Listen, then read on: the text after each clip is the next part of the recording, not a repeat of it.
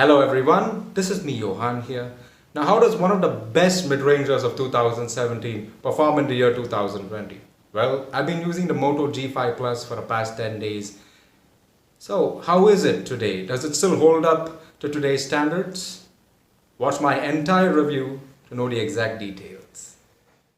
The best part of using this phone was its size factor. I mean, this phone just got a 5.2-inch screen, and believe me, phones nowadays have 6 and above inch screens, so one-handed usage on this phone was a real breeze.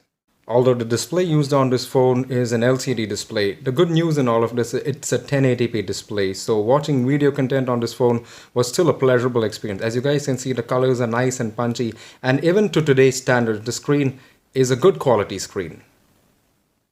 The one small gripe I had with this phone's display was viewing it under direct sunlight. As you guys can see right now, it's at 100% brightness, and believe me, you need to keep this phone's display at 100% brightness to view it under direct sunlight. Viewing this under direct sunlight was not the best experience, but yet again, it was manageable. The speaker experience on this phone was okayish. The speaker is situated right over here on the phone. It's just a single fairing speaker. I'll just play a short music file right now. As you guys can hear, the speaker is adequately loud on this phone. Media content was a decent experience on this phone. Although these days there are phones with better single fairing speakers right at the bottom chin of most of the phones these days. But I must say one thing, the speaker performance was adequate and decent, I would say, even to today's standards. A physical fingerprint scanner to the front isn't very common these days, but I've enjoyed using this one. Tap and it opens. It takes about a second to open. The best part in this is the fingerprint scanner can be used also to lock the phone. So this was very convenient.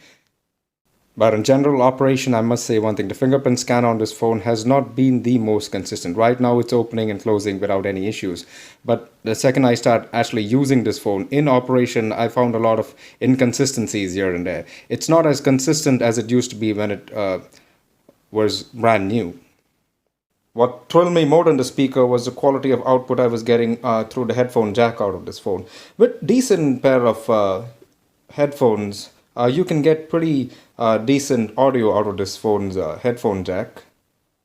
Now regarding the output got out of the headphone jack, I guess you guys can just see yourself. I set the volume, as you guys can see, one notch below the top volume. Even if top volume, it sounds really good. But at one notch below the top volume, this is where I really enjoyed the music. In terms of call quality and reception, keep in mind one thing, it's a Motorola. It has been excellent as always. No issues in this department even today. It's held up really well in this one department. As far as general performance is concerned, the phone is held up very well. I'll just showcase it to you guys right now. As you see, the opening of apps, these apps are kept in memory and they're still in memory. It's still smooth and quite consistent. I'm been happy in the performance department of this phone even till today. The best part is it's got that 4 GB of RAM inside, so it handles most of the tasks without much of a fuss. See, if you're not playing too many games on this phone, for general purposes, the phone still is a pretty reliable performer. Cameras wise, what can I say about this phone? It never had the greatest camera to start off with, but then again, it didn't have the worst camera. The camera performance has been sufficiently good, but one thing I must say, with the rear camera, the HDR has to be on full time. With the HDR on, the performance is adequately good, but then again, the lighting needs to be good. If there's too much of sunlight or sun rays hitting against the so-called scenery you're trying to take, it is here the camera really struggles to take the picture. On many occasions, it lands up not taking the image accurately. But if there is the right amount of light, sufficient amount of light, both the selfie and the rear cam still do a decent job.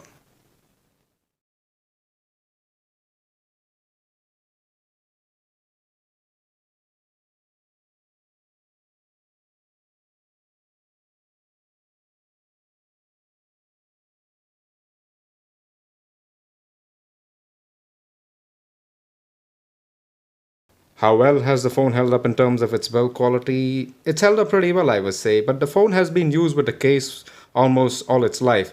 There were times it was used without a case. As you guys can see, the phone is about 2.5 years old, and here and there a bit of its paint has come out at the back. And on one occasion the phone was dropped, and you guys can see there's a small a bump over here in the phone. And as far as the screen is concerned, there's no evident damage. The main reason behind that was a tempered glass was used all the time, so that's the only evident damage that is taking place. As you guys can see, the volume button and the power button both don't have any issues whatsoever. That's the only evident damage that is taking place. Overall, I must say it has held up pretty well. What good is a battery if it doesn't hold up for an entire day's usage?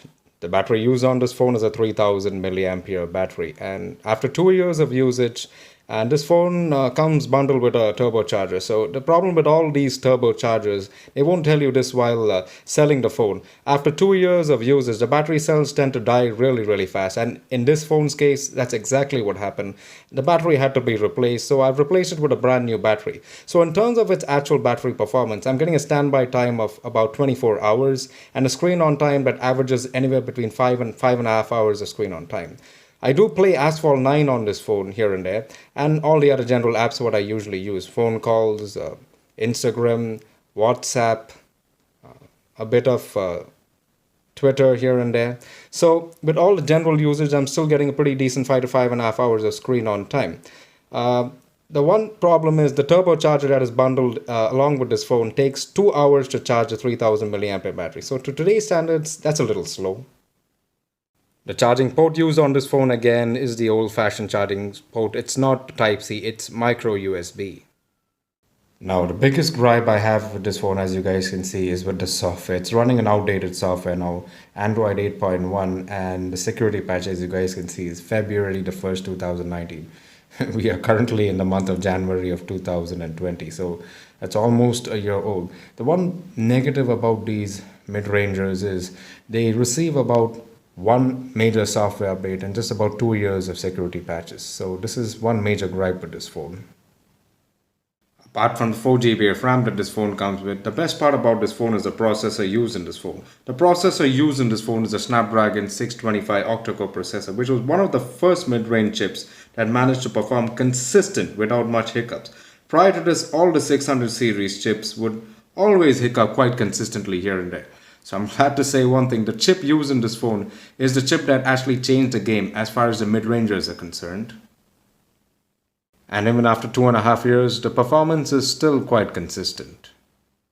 There's one more thing I want to report to you guys. Even with reasonable amount of load, when I use this phone a bit loaded here and there, the phone's back doesn't get all that heated up. While playing Asphalt 9, this portion over here gets a little heated up, but not alarmingly hot or anything like that. This is another area where the Snapdragon 625 really excelled when it came out, and I'm glad to say even today it's doing an admirably great job.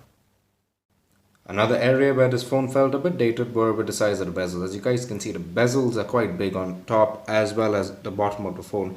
Phones in the year 2017 did start coming with the 18:9 aspect ratio screens, which had a minimal amount of bezel and mostly screen, namely the Samsung S8 Plus, and that was earlier in 2017, and the OnePlus 5T a little later that year. But to keep in mind one thing, this phone does have the standard 16:9 aspect ratio screen. It didn't really bother me all that much while using the screen. I'm just letting guys know, as this is something that is not used in phones these days. But as far as the user experience is concerned, it really did not bother me all that much. The verdict is, today in 2020, as it's running an outdated version of Android 8.1, and the security patches have stopped way back in February of 2019. This phone cannot be used as a daily driver today. This is a perfect second phone for anyone. I mean, anyone planning to use a spare phone, this phone will just do fine in this one regard. The reason why I say it will do just fine is because the performance even today is pretty good. So that's it for me today, guys. I hope you guys liked the video. Give me a thumbs up if you liked the video. Subscribe to my channel if you haven't already. And do hit the notifications icon so that you'll get notified with the latest videos the second they're uploaded on YouTube by me. So what else can I say? Wishing all of you a tremendous day ahead of you. Ciao for now.